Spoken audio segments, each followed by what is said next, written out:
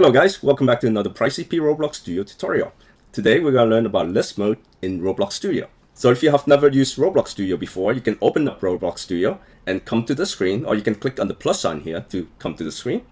Once you're on the screen, you can choose any template in here to create your own game. Now if you have already created some games and published them to Roblox, you can go back and update your games by clicking on My Games here or clicking on Recent. So if you click on My Games, it would take you to your current game that you have created, and you can click on Recent to see your recent game that you have worked on. So let's go back to My Games. This screen here is going to show all the games that you have created, and if you want to see all the games that people have shared with you, you can click on this tab here, Share With Me, and it's going to show all the games that other people have shared with you. Now I'm going to go back to all the games that I've created.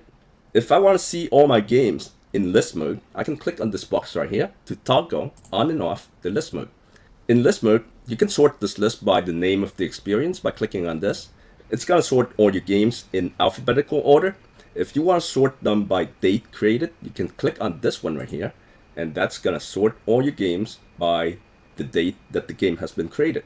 You can also click on playability to sort your games by public or private. And there you have it guys, that's how you toggle on and off the list mode in Roblox Studio.